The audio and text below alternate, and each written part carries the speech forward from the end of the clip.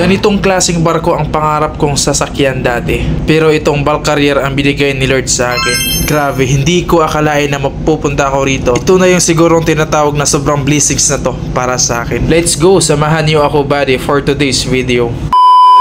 Maraming seaman dito sa buong mundo, pero isa ako sa nabigyan ng oportunidad para makasampa ng barko. Grabe talaga ang binigay ni Lord na blessings para sa akin at sa aking pamilya. Isa akong tubong mahirap buddy. Oo, tama kayo sa narinig nyo. Ang mga magulang ko ay isang farmer lamang. Farmer na walang sariling lupa. At dahil sa sipag ng mga magulang ko, nagkaroon sila ng isang dosinang anak. At isa ako sa pinakagwapo doon.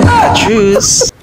Gayon pa man kahit marami kami, naitataguyod kami ng maayos ng mga magulang namin. Binigyan kami ng magandang aral para sa isa't isa. Pero dahil sa kahirapan, hindi kami lahat nakapagtapos ng pag-aaral. Sa isang dosinang magkakapatid at isa ko sa nabigyan ng oportunidad na nakapagtapos ng pag-aaral. Dahil yung iba sumuko na lang. Dahil sa kakawalan ng financial support. Yes, oo. Dahil sa kakulangan, nagtrabaho na lang yung ibang kapatid ko para matustusan ang aming pangangailangan. Ganito kasi yan mga buddy. Aside sa pag-aaral, naghihirap din kami sa pagkain dati. Nasubukan naming manghiram lamang na bigas. Pumapasok sa school na kamuting kahoy lang ang kinakain. Pero dahil sa tulong ng Panginoon mga buds, nakasurvive kaming lahat by the grace of God. And to make my story short, pinagtapos ko ang aking bachelor degree by a working student. Especially love and financial support ng aking pamilya. Kaya ito na ako ngayon mga buds. Isang mahirap lamang pero nakapagtapos sa mamahaling paaralan. Mahirap na nabigyan ng magandang oportunidad. At ngayon umiikot na sa buong mundo. Grabe, pati ako hindi ko akalain na maabot ko to sa sarili ko. Kaya minsan tinatanong ko si Lord, Lord,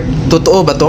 Sobrang-sobra na to Lord binigay mo sa akin. Dating pangarap ko lang maging konduktor, pero ito ang binigay mo sa akin. Thank you so much Lord. Dahil sa kombinasyon ng aking pagsisikap, pagtitiwala, pagtitiis, ito ang naging outcome ko ngayon. Wala talagang imposible. Basta sabayin natin ang pagsisikap ang ating mga pangarap. At kayo na nanonood sa aking video ngayon, try to push yourself na tuparin ang iyong mga pangarap. As what I always said, hindi hadlang ang kahirapan para tutuparin ang ating mga pangarap. Try and try until you success. Because I believe someday, ikaw na naman ang bibigyan ng pabor na magiging successful in the future. At maraming salamat dahil pinatapos mo tong video to. At pwede bang pakisubscribe na lang sa ating YouTube channel at pakiclick ang notification bell para lagi pa kayong updated sa mga bagong video na aking i-upload. And this is your buds, Joms Marine Vlog. Thank you for watching.